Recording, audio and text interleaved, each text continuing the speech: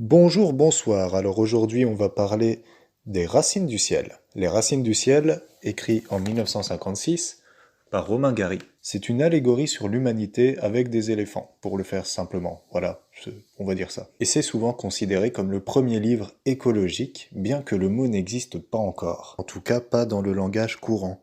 En effet, le mot surgit dans le débat public avec la création des Amis de la Terre en 1970. Romain Gary restera cynique quant à la faible importance qu'on lui accorde et écrira en 1980 La prise de conscience écologique se heurte à l'inhumanité de l'humain. En gros, notre confort passe avant. On est en 1980. Et 1200 éléphants viennent d'être massacrés au Zimbabwe. Cette inhumanité humaine semble être le sujet central du roman. Rien ne peut atteindre les hommes, selon Romain Gary, et donc selon Morel, le personnage principal du roman, gardien des éléphants géants. Et du coup, en 1980, Romain Gary réécrit le roman et rajoute de nombreuses fois le mot écologie. On reviendra là-dessus un petit peu plus tard. C'est l'édition définitive du livre en 1980, pas mal différente de celle de 1956. Bref, peu de temps après sa sortie, on pressent le Goncourt. Si le journaliste Émile Henriot publie un article emballé dans le journal Le Monde parlant de livres admirables pleins de talent, d'originalité et d'épaisseur, beaucoup sont plus nuancés, comme le critique Pascal Piat, qui parle de lourdeur ou de construction anarchique empêchant le livre d'être un chef-d'œuvre, et d'autres sont beaucoup plus négatifs, comme l'Humanité, parlant de romans confus au contenu néfaste et caricatural.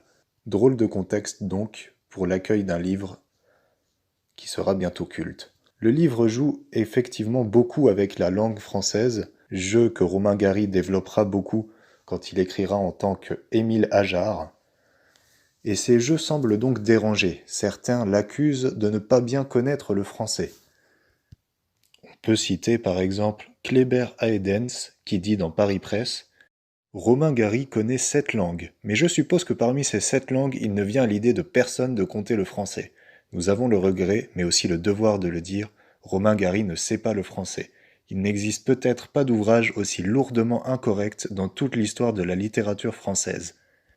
Son style est celui d'une exécrable traduction. Le héros des Racines du ciel fonde un comité pour la défense des éléphants. Nous pensons qu'il est dès maintenant nécessaire de fonder un comité pour la défense de la langue française contre Romain Gary. Tiens, ça me rappelle quelqu'un. Je pense que le rap est une sous-culture d'analphabètes. Un autre critique, Alexandre Vialat, va jusqu'à s'amuser de ne pas l'avoir lu. Il saura donner à Racine un ouvrage de chez Gallimard Le Goncourt. J'ai oublié le nom de l'auteur. C'est, dit-on, un ouvrage excellent. Il parle d'éléphant, de l'éléphant, de tout éléphant, de tous les éléphants, par masse, par bloc, par quantité éléphantine, par philosophie d'éléphant. L'auteur est donc oublié au profit de l'animal qu'il célèbre. Romain Gary ne sera pas indifférent à ces critiques ou à ce mépris. S'il assume s'amuser à mal écrire, il corrigera quelques erreurs et quelques lourdeurs dans une nouvelle édition, comme je l'ai dit en 1980. Mais on y reviendra à nouveau. Le roman a failli s'appeler Éducation africaine, en référence à la fois à Éducation européenne, son premier roman, mais surtout à l'Afrique coloniale des années 1950, dont il est question. Romain Gary reproche aux Occidentaux de réduire l'Afrique à un jardin zoologique. C'est un des derniers romans sur la condition humaine et son absurdité chère à André Malraux. Oui, il faut lire La condition humaine aussi. Et cela déplaît. On peut préférer les romans pleins de soupçons ou de doutes que proposent alors Albert Camus et Jean-Paul Sartre. Romain Gary passe alors pour un auteur dépassé, pas en phase avec son temps, alors qu'il est extrêmement moderne et avant-gardiste. Donc l'histoire maintenant. Le personnage principal, Morel, veut sauver les éléphants des chasseurs et compte même les venger. Il étudie les éléphants et dit même les admirer, parler leur langage, il donnerait n'importe quoi pour être un éléphant. Ça va bien sûr à l'encontre du mode de pensée général de l'époque prônant une chasse sportive. Et la beauté d'un coup de fusil. Morel est donc un idéaliste hybride, ni vraiment humain, ni vraiment animal ou éléphant. Du moins c'est ainsi que le présentent les journalistes. C'est un personnage qui semble en détresse, dans un total désarroi d'une humanité qu'il ne comprend pas.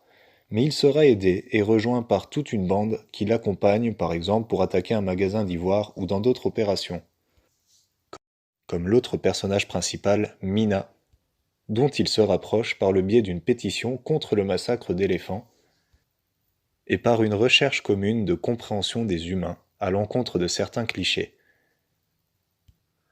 Morel est désabusé. Il affirme par exemple: On présentait manifestement aux tribus africaines la civilisation occidentale comme une immense faillite. Voici l'image qu'on se faisait de la chrétienté. D'ailleurs, c'est marrant, c'est chrétienté dans l'édition originale de 1956, puis c'est l'Occident en 1970. Le propos a un peu changé. Ces personnages cherchent donc la tolérance, l'humanité, l'amitié même entre les humains et les éléphants. Le livre en lui-même célèbre la fin du colonialisme et une possible baisse du racisme, mais aussi une ouverture aux autres avec les potentialités du communisme. Je cite: L'Occident a peut-être une civilisation, mais les communistes sont une vérité. Ce qui deviendra d'Étienne une vérité en 1970. Gary adoucit son propos. Les autres personnages ne manquent pas d'ampleur non plus, à commencer par le gouverneur, un personnage tout en habileté, qui ne comprend pas cet attachement aux éléphants chez Morel, mais reste ouvert au débat pour essayer de comprendre. Romain Gary s'est beaucoup renseigné. Pour mettre au point son ouvrage, il a tiré des informations de la capture des éléphants, de l'alimentation même des éléphants, de plusieurs livres, notamment celui d'Heinrich Oberian, intitulé Mes éléphants au Tchad, sorti en 1952, soit 4 ans avant Les Racines du ciel. Certains lieux, ou même certains fleuves, sont tirés du roman Le Fils de l'éléphant de Rudyard Kipling, l'auteur du Livre de la jungle. Cet auteur a d'ailleurs inspiré le personnage de Haas, assez important dans le roman. De plus, toute la dimension politique sur l'opinion américaine vis-à-vis de l'empire colonial sont à prendre franchement au sérieux, vu que Romain Gary était porte-parole de l'ONU de 1952 à 1954. D'ailleurs, la politique est très présente. Les personnages s'interrogent sur la portée politique de leurs actes à l'échelle mondiale, en Occident, en Afrique et même potentiellement en Inde. Les mots sont plus forts dans l'édition de 1980. Histoire d'hydrogène devient saloperie nucléaire.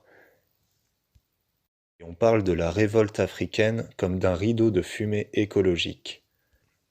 Mais revenons au personnage principal de Morel, qui veut donc venger les éléphants en tuant des chasseurs.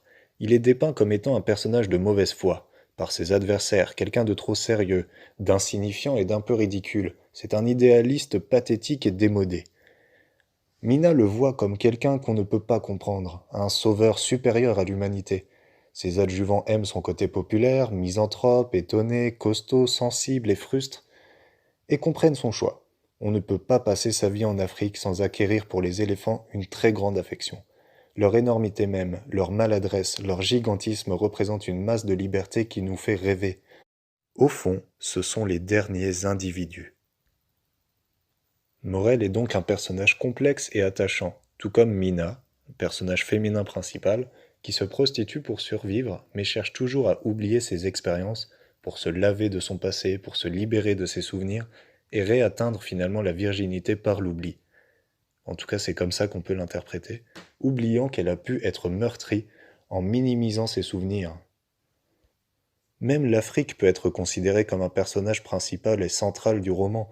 Elle est personnifiée, son âme est disputée par le reste du monde pour ses matières premières. Les idéalistes qui rêvent d'une Afrique indépendante sont vus cyniquement comme des anachronismes vivants. Ils vivent en dehors de toute réalité. Et bien sûr, il y a les éléphants. Les hommes ont besoin d'eux, mais c'est dur de les considérer à égalité avec les humains. Quand on voit par exemple que le personnage de Saint-Denis dit dans son plaidoyer, alors qu'il est très ouvert, qu'il fait lui-même des distinctions entre les blancs et les noirs. Donc des distinctions entre humain et animal. C'est compliqué de tout traiter à égalité, même en le voulant. Les notions occidentales servent d'alibi à l'exploitation de l'Afrique. Les Africains sont traités comme des bêtes à éduquer politiquement par des Occidentaux à l'idéologie maniaque. Et si certains personnages ont des stéréotypes ancrés, certains luttent contre leurs stéréotypes et souhaitent voir tout le monde à égalité. Comme ce personnage de Saint-Denis, un vieux général solitaire, administrateur colonial. Comme je le disais tout à l'heure, Romain Gary semble s'être amusé à ajouter écologie partout dans l'édition de 1980, allant jusqu'à faire dire à Saint-Denis « J'en connais même qui chercheraient le mot écologie dans le dictionnaire ». Il s'amuse de l'importance qu'a alors pris ce mot et de cette notion, devenue politique alors qu'elle ne l'était pas au moment où il écrivait Les Racines du ciel. Le roman est séparé en 3 parties, qu'on pourrait voir comme une longue introduction, un long développement et une conclusion assez brève finalement.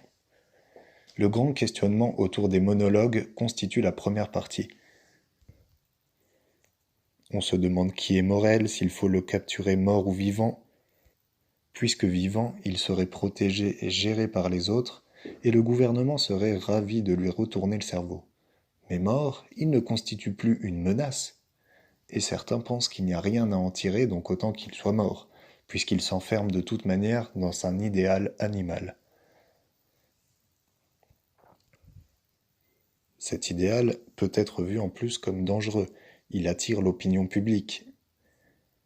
Elle est nombreuse à être fascinée par lui et prête à le suivre. Que ce soit des amoureux des bêtes, ou tout simplement des gens qui se sentent seuls ou abandonnés, comme c'est le cas de Mina. Le but du personnage de Morel est, comme Necfeu, de voir un être humain être humain. Il s'agit pour nous de toucher le cœur populaire, et c'est ce que nous sommes en train de faire, dit-il à un moment du roman. Avec sa pétition, il veut faire parler de lui, et faire prendre conscience de l'enjeu de cette survie animale et de la protection de la nature plus qu'urgente. Dans la deuxième partie, on voit que Morel est moins bête et naïf que ce que les autres personnages disaient de lui avant. Il a de l'esprit, de la répartie. Par exemple, quand quelqu'un vient lui rapporter les propos d'un de ses opposants. Il vous recommande au chien. Morel sourit. C'est gentil. Je suis sûr que venant de sa part, c'est une recommandation qui me servira un jour. Comment s'appelle-t-il? Isreddin. Dis-lui que chaque fois que je verrai un chien galeux, je dirai que je viens de la part d'Isr-Eddin, le doyen de leur tribu. On comprend que son combat n'est pas celui d'un solitaire, qu'il n'est pas fou, que sa passion est partagée avec exaltation par les autres. Comme cet autre personnage qui s'exprime « Quand vous n'en pouvez plus, pensez à des troupeaux d'éléphants en liberté en train de courir à travers l'Afrique. Rien ne peut les arrêter, la liberté, quoi. » Il s'agit du militant Robert qui combat aux côtés de Morel. Mais les affaires humanistes et humaines de Morel sont politisées à l'excès, comparées au communisme ou à certaines politiques déviantes. Elles sont vues comme anormales, puisque ni occidentales ni africaines, donc en dehors de tout ce qui est logique. Les personnages se questionnent en permanence sur les motifs de Morel, et donc le lecteur aussi. Ainsi, ce livre est une tempête intellectuelle, une prémisse écologique hyper importante, une défense des animaux habile et jamais manichéenne. On y retrouve des thèmes chers à Gary, comme la tolérance, la peur d'autrui, le nazisme, mais aussi le personnage présent dans les pensées mais absent ou imaginaire, et donc l'imagination a une grande place aussi. L'écriture est intelligente et on apprend à comprendre Morel au fur et à mesure. Il nous paraît misanthrope au départ, mais on comprend ensuite que c'est plus compliqué que ça, qu'il a besoin d'amitié et de compréhension. Les racines du ciel représentent un besoin de justice, de liberté et d'amour. Et cela transparaît chez le personnage de Morel. Un livre à lire à tout prix. MSTV la voix des martyrs jog ngir leen jox jàngale mag ñi ak seeni histoire bul fàtte mu ko abonné te ba saale ko notification ngir mën di jot bépp vidéo